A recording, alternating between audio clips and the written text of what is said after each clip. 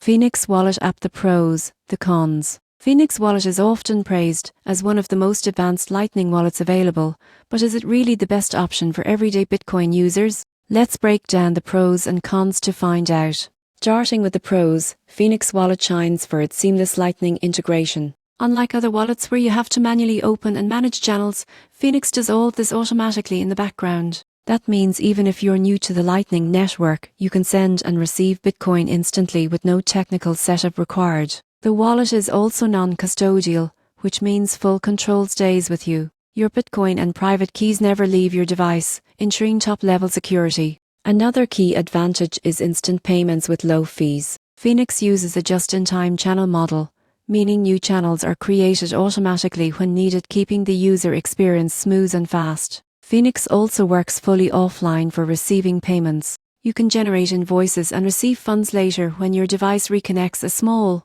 but powerful feature for real-world usability. Now, for the cons. Because Phoenix runs a full Lightning client, it can consume more storage and battery than simple custodial wallets. That might not bother tech-savvy users, but it's noticeable for casual ones. Another drawback is the onboarding cost. Opening your first Lightning channel on Phoenix requires a small on-chain transaction fee, something beginners may not expect. Finally, while it's great for Bitcoin users, it only supports BUS, so you need other wallets if you hold altcoins. In conclusion, Phoenix Wallet perfectly balances security, performance, and ease of use. The surprising truth? It's one of the few wallets that makes Lightning technology feel effortless, giving you full control without the complexity. If you want a true next-generation Bitcoin wallet, Phoenix is one worth keeping in your pocket.